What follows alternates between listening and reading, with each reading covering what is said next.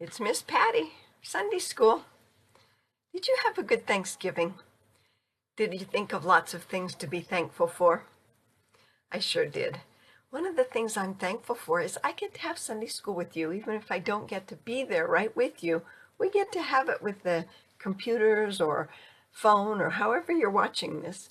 And I'm so thankful that you are watching Sunday school. So I thought maybe we'd sing a song, start off with If You're Happy and You Know It, because Thanksgiving makes me really happy. Let's try it. If you're happy and you know it, clap your hands. If you're happy and you know it, clap your hands. If you're happy and you know it, then your face will surely show it. If you're happy and you know it, clap your hands. If you're happy and you know it, what should we say next? Blink your eyes. If you're happy and you know it, blink your eyes. If you're happy and you know it, then your face will surely show it. If you're happy and you know it, blink your eyes. Can you snap your fingers? If you're happy and you know it, snap your fingers. If you're happy and you know it, snap your fingers. If you're happy and you know it, then your face will surely show it. If you're happy and you know it, snap your fingers. If you're happy and you know it, tap your toes. If you're happy and you know it, tap your toes. If you're happy and you know it, then your face will surely show it. If you're happy and you know it, clap your toes. If you're happy and you know it, pat your head. If you're happy and you know it, pat your head. If you're happy and you know it, then your face will surely show it. If you're happy and you know it, pat your head. If you're happy and you know it, rub your tummy. If you're happy and you know it, rub your tummy. If you're happy and you know it, then your face will surely show it. If you're happy and you know it, rub your tummy. Okay, this one's hard. If you're happy and you know it, pat your head and rub your tummy. If you're happy and you know it, pat your head and rub your tummy. If you're happy and you know it, then your face will surely show it. If you're happy and you know it, pat your head and rub your tummy. It's hard to do both of those at once, isn't it? Well, we have a good story today. Let me get the flannel board ready.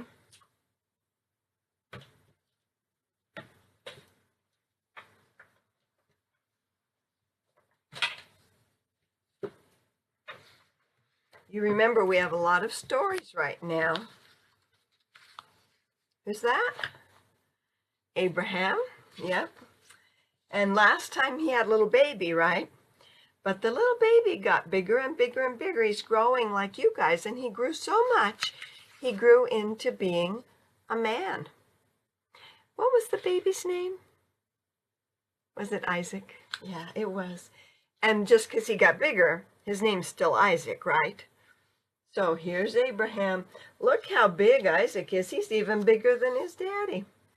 Abraham had lived a very, very long time, and he was getting kind of tired.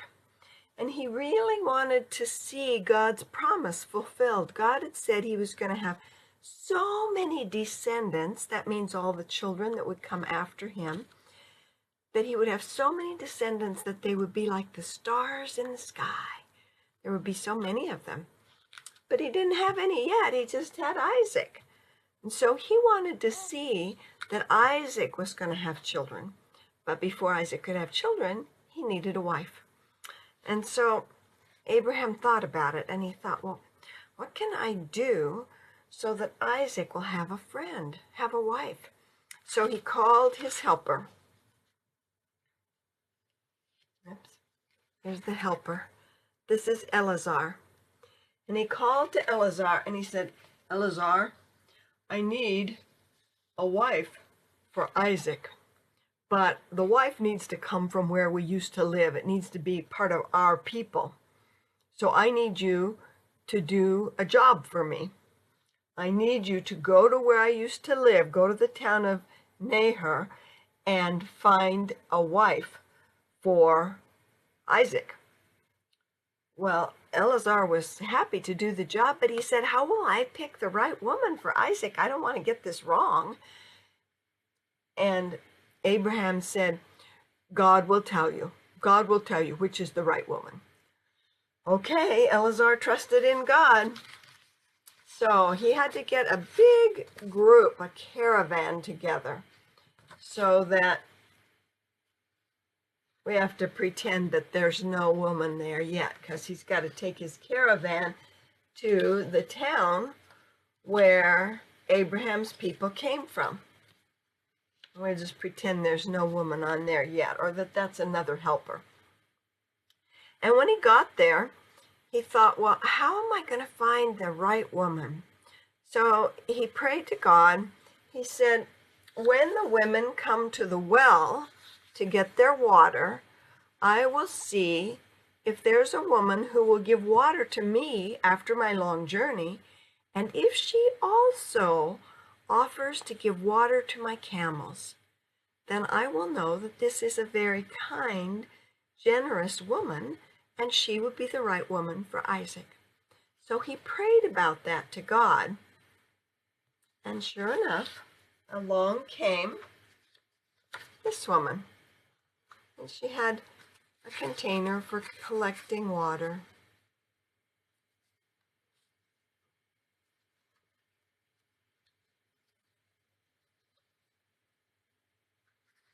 And when Eleazar saw her, he said, excuse me, miss, could you give me a drink of water, please? And she said, oh, yes, I'd be happy to get you some. And let me take some for your camels, too. And she made many trips back and forth so the camels could have plenty of water. And Eleazar said, this is God answering my prayer. This must be the right woman for Isaac. So he explained to her that he was there looking for a wife for Isaac. And they went back and talked to her family. And they said, yes, Rebekah could marry Isaac if she wanted to. And she said, yes. So then they got on the camels. Now we get to see the camel picture. There's Eleazar and Rebekah. They got on the camels and they went all the way back to where Abraham was and Isaac was. And when they got there, she was wondering, ooh, I wonder if I'll like him. And when she got there and she met him, she did like him. She thought he was handsome, and they got married. And that's the end of our story for today. God helps us when we pray to him, doesn't he? Isn't that a good story? Let's look at the kids page today, and then I have something different instead of the family page today. Here's our stickers. And here's the kids page. It says, make sure that light is shining on it good enough for you.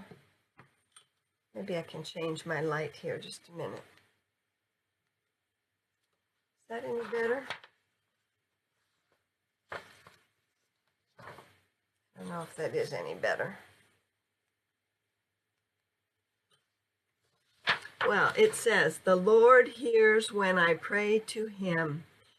Dear, and there's the word God. You can practice writing. Dear God, thank you for, and here's a rectangle. When here's a circle. Here's a circle. You, please help. And then in here, there's a place for drawing. Love, and you put your name there. So you could write a message like this, but you don't have to write it. You can just pray it. You can just put your hands together, and you can thank God for all he gives you, and you can pray to him. Here's the stickers. Here's the rectangle.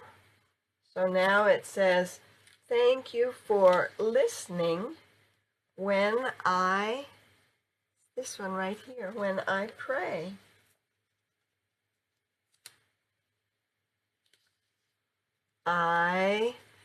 Something you. I love you.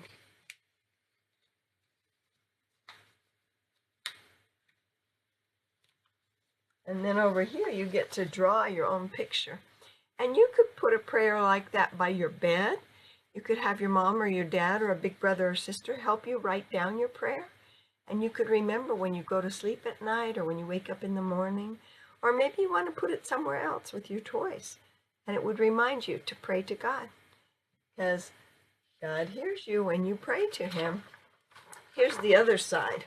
This has a dot to dot. You start at 1, 2, 3, 4, 5, 6, 7, 8, 9, 10. That makes the skirt. And then you color her in.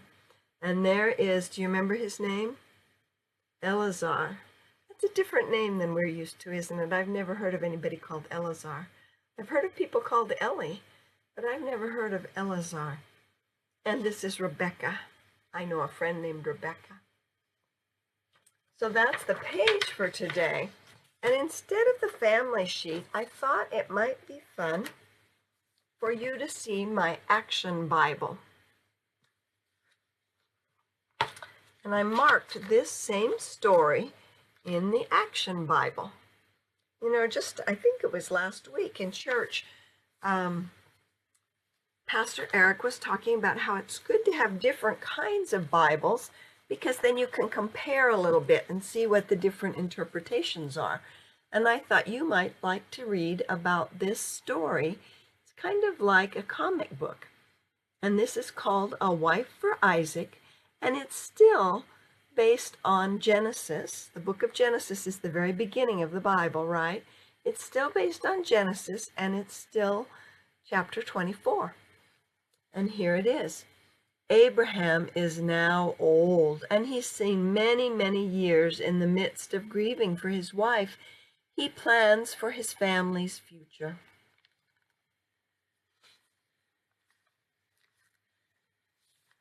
Sorry, this is a heavy book. It's a little hard for me to hold it up, but I'll try. God has promised that my descendants will outnumber the sand in the desert, which means Isaac must start his family. But Isaac is still grieving. That means he's very sad for his mother. Every day he goes alone into the wilderness to mourn his mother. That means he's sad. He's remembering her fondly. If only he had a wife to comfort him, says this person. Abraham calls his most trusted servant, that's the helper, Eleazar. Before I die, I want to see Isaac happily married, but he must marry a woman from my own people. Go to Nahor, and bring back a wife for Isaac. And there's the special friend. Abraham's servant gathered a long caravan. He leads it across the desert and finally reaches the city of Nahor, where Abraham's relatives live. Oh, what a big city! How will I ever find the right wife for the man who will be chief of our tribe someday? Abraham's servant reaches Nahor in the evening and rests by the well just outside of town. He sees young women of the city coming to get water. See, they didn't have sinks and faucets where they could turn water on. They had to go to a well and pull the water out and then carry it back. It was a big job. He thinks to himself and he prays to God. God, let this be the test. Whoever gives water to me and my camels will be Isaac's bride. Gee, she's beautiful. Is she the one? Miss, could I please have a drink? I'll be glad to get you a drink, and I'll draw water for your camels, too. This is the one, he says. When she says she'll draw water, she doesn't mean she's going to draw it like with a pencil and pen. She means she's going to pull it out of the well. That's what drawing water means, it's pulling it up from the well. It was a big job to do that, and camels are very thirsty. They had traveled a long way, so she had a lot of work to do there.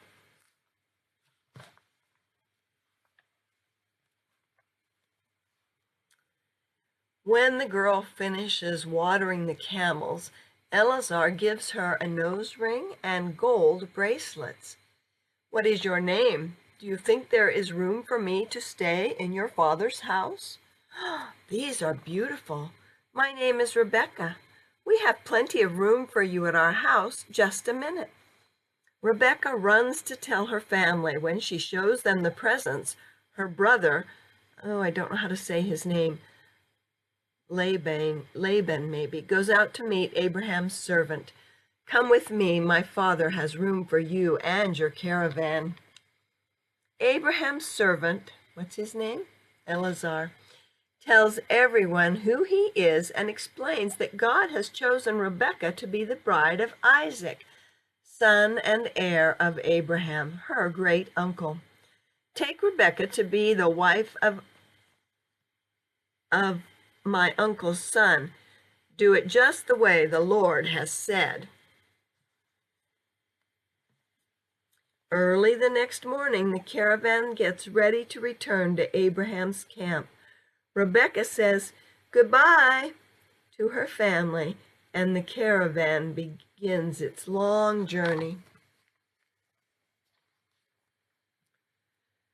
Days later, the caravan nears Abraham's camp. Rebekah wonders, what will Isaac be like? Will he be tall and strong, like a chief's son? I wonder if he will love me. I bet she wondered if he would be kind. Who's that man coming to meet us? That is Isaac. Oh, he is handsome.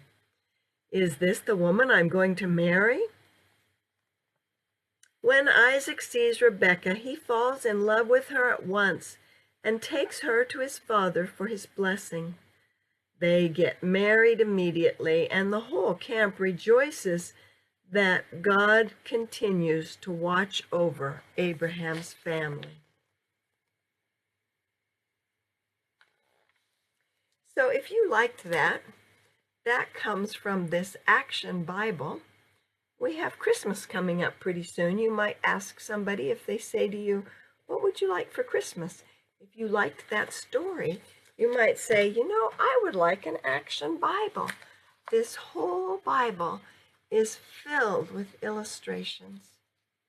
It tells all the important stories in the Bible with lots of good pictures. Speaking of pictures, I have something I want to show you. Let's see if I can put this up so you can see it. Can you see that? It's a little bit hard to see. That's Ellie. And I don't really know her. I've never met her.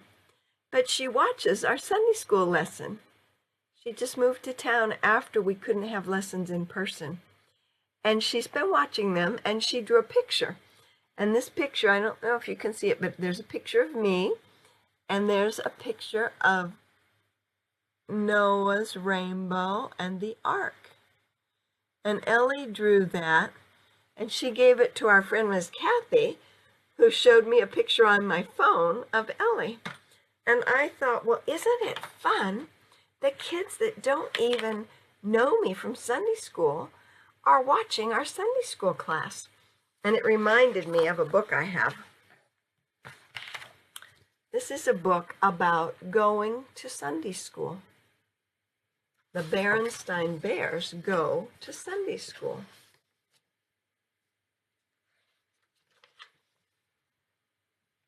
Sunday morning was a busy time in the big treehouse down a sunny dirt road deep in bear country.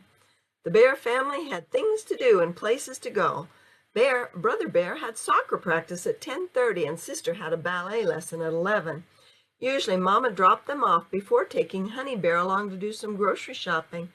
Papa stayed home to get his fix-up chores done early so he could watch football in the afternoon. They have a lot of plans on Sunday, don't they?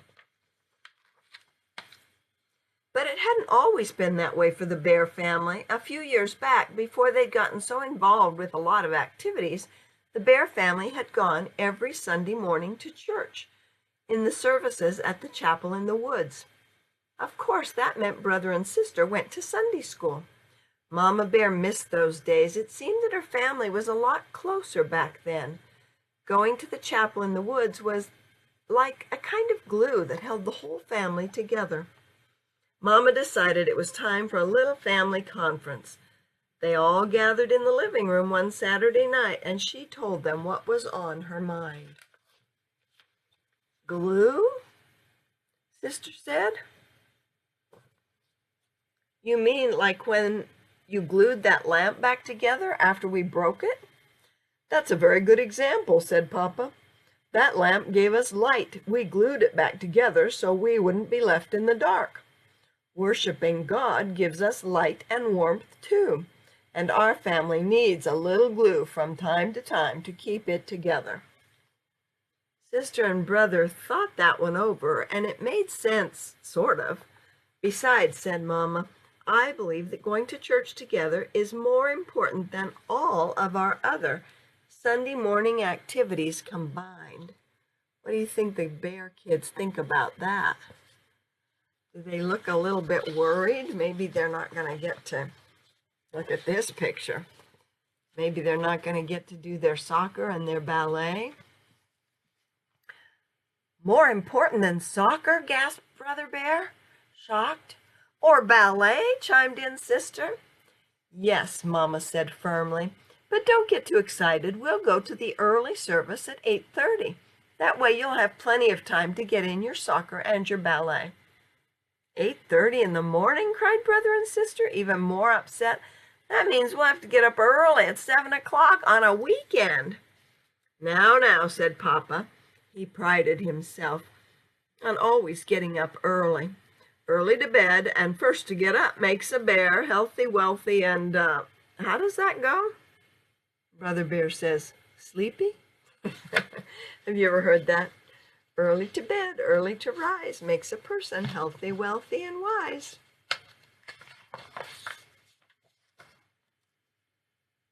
At breakfast the next morning, the Bear family did seem sleepy indeed. At least Brother and Sister did. They could hardly keep their eyes open. Papa wasn't exactly all there either. He was almost invisible behind his Sunday paper. Coffee, dear? Mother asked, lifting the coffee pot. Ugh, grunted Papa, holding his cup out without looking. Said Mama. What? Said Papa. Oh, sorry, my dear, he said, folding the paper. I guess I'm not really awake until I've had my morning coffee. Mama got her purse and put on her best Sunday hat. They climbed down the front steps, and Papa put Honey Bear in her stroller. The whole family headed down the road to the chapel in the woods. Other families joined them as they walked along. They were their neighbors, Farmer and Mrs. Ben. They saw Uncle Willie and Aunt Min and Cousin Fred from down the street. They even ran into Too Tall Grizzly, hauled along by his parents, Two Ton and Two Grizzly.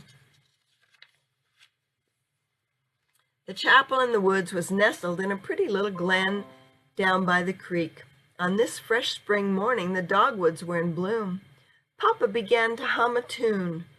Come to the church by the wildwood. I don't know that song very well. Oh, come to the church in the vale. Mama joined in. No spot is so dear to my childhood, and they finished together as the little brown church in the vale. What weird song is that? Asked Sister. Oh, it's just something we used to sing in church together when we were children, sighed Mama. That was a long time ago. Did you know each other back then? Know each other, laughed Papa. Why, I was sweet on your mother when we were only 8 years old. She was the cutest cub in the whole Sunday school. Once I brought a frog to class and was going to let it loose during the story of the plagues in Egypt, but I decided it would be funnier to slip it down Mama's back. It was, too. Brother and Sister's eyes widened, imagining the scene. Wow, they breathed. Now, dear, said Mama, let's not give the children any bright ideas. They dropped Honey Bear off at the church nursery and filed quietly into the chapel. There was soft music playing on the organ as they found a pew. Then Preacher Brown climbed into the pulpit, and the service began. It's different at our church. The kids don't start in church with the parents. Instead, they come right down to Sunday school, so we have plenty of time for them to get to play before we have our stories. This just shows what it was like in their church. They have some singing and then they go down for Sunday school. Old Mrs. Ursula Bruinski was the Sunday school teacher. Brother and sister wondered just how old she was. She looked old enough to be Mama and Papa Bear's teacher. Today we're going to learn the story of Noah's Ark, she said with a big smile. She looked around brightly. Do any of you cubs know the story of Noah's Ark? Cousin Fred, who read the dictionary for fun, raised his hand. Excellent, said Miss Ursula. Why don't you tell us the story? Now, I bet you guys, if you've been watching, you could tell that story, couldn't you? And here's the way Fred told it. He told about the animals coming in, and he told about the big storm, and about letting out the bird, and about the rainbow with God's promise. And then they all drew a picture about the story. Then Sunday school was over. Goodbye, cubs, called Miss Ursula. See you next Sunday. The cubs ran outside shouting and jumping after sitting for so long. The grown-ups were coming out of the chapel. Preacher Brown was shaking hands with everyone, and folks were laughing and talking together. There, said Mama, that wasn't too bad, was it? No, said Sister, that was kind of interesting. Yeah, said Brother, running on ahead. Now, soccer and ballet and football. Sister began to hum and then sing softly. Come to the church by the wildwood. Oh, come to the church in the dale. Then Papa began singing. Now everyone joined in. Yay, shouted Honey Bear, wanting to join in too. And they all gave her a round of applause. So Ellie, we're so glad you're coming to Sunday school. Even though you don't get to play like we usually did, you get the stories.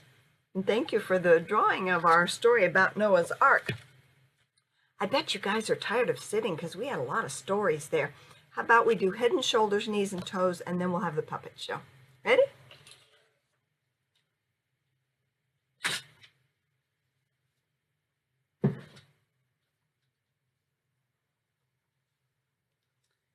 Okay. Step way back here. I don't know. It's kind of hard for me to do head and shoulders, knees and toes here. I don't really have good space for that.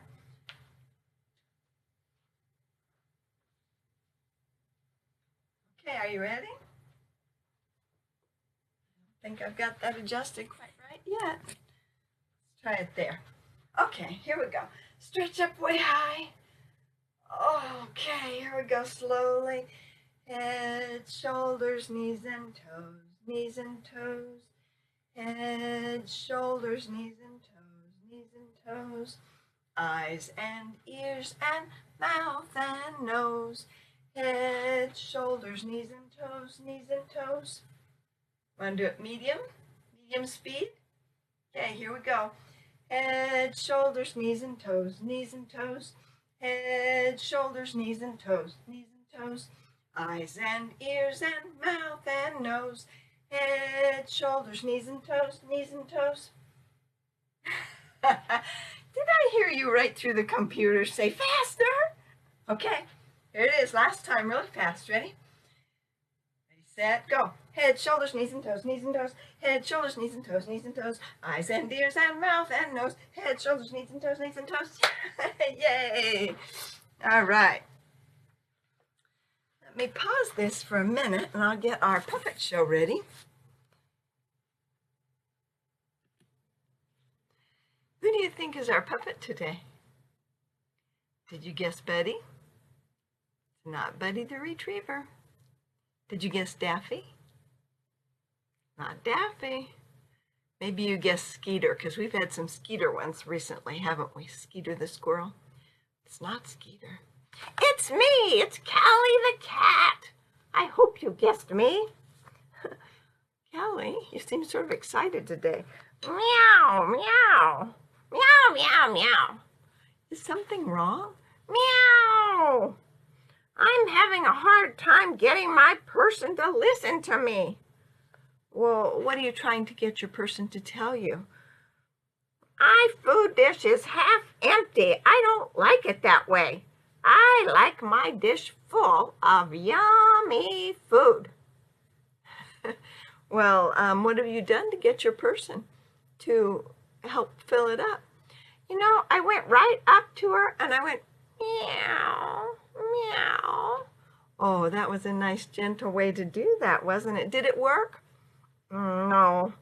My person didn't even notice. She was busy talking on the phone. Well, what did you do next? I went right up to her and I went really loud like this. Meow, meow. That was really loud. I bet that got her attention. Yeah, but she didn't fill my bowl up. Well, why not? She said that there was food in my bowl and I didn't need to be rude about it.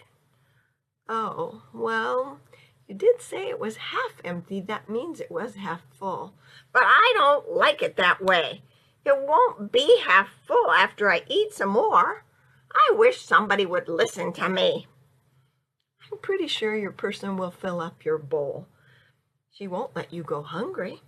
She usually takes good care of you, doesn't she? Yes, and she's usually a good listener, but I want her to listen all the time. Well, as a matter of fact, the children in Sunday school have been learning about somebody who listens all the time. Oh, that's exciting. Who is that does that? Boys and girls, can you tell Callie who listens all the time? Did you say God? Yes, you're right. When we pray, God always listens, doesn't he? That's just great. I love to hear that somebody always listens. I'm going to go see if she filled my dish yet. Bye! That Callie, even though her dish is half full, she's not very happy, is she? I hope you have a good week, and I hope you had a good Thanksgiving. We have one more lesson in this book. One more lesson about Isaac and Abraham. This one's about Isaac, our last lesson. And then after that, we're going to start into the New Testament. These have all been Old Testament lessons, but after this, we're going to start in the New Testament. Do you know what happens in the New Testament? That's when we hear about Jesus, isn't it? So we have one more week. Next week, we have something special about Isaac, and then we'll start on our winter curriculum. So in the meantime, remember, Jesus loves you, and God always listens when you pray. Bye for now.